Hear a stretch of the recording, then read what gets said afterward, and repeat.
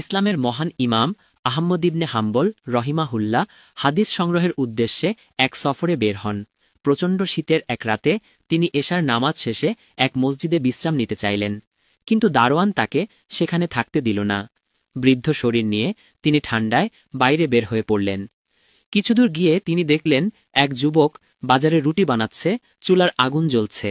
ইমাম সাহেব আগুনের পাশে বসার অনুমতি চাইলে যুবক আন্তরিকভাবে অনুমতি দিল। ইমাম লক্ষ্য করলেন যুবক প্রতিটি কাজে আস্তাগফিরুল্লাহ পড়ছে।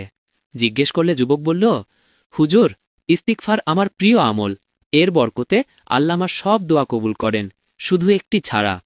ইমাম জিজ্ঞেস করলেন, কোন দোয়া? যুবক বলল, বহু বছর ধরে দোয়া করি যেন আল্লাহ আমাকে ইমাম আহমদ ইবনে হাম্বল রহিমাহুল্লার সাথে দেখা করান, শুধু এই দোয়া এখনও কবুল হয়নি। এ কথা শুনে ইমাম সাহেব আবেগে কেঁদে ফেললেন। বললেন, হে যুবক, তোমার সেই দোয়াও আজ কবুল হয়েছে।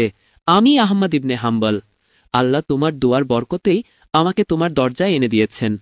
যুবক আনন্দে কেঁদে উঠল, ইমামের হাত ধরে মুসাফা করল। দুজনেই আল্লাহর শুকরিয়া আদায় করলেন, যিনি বান্দার দোয়া এমনভাবে কবুল করেন যা সে কল্পনাও করতে পারে না।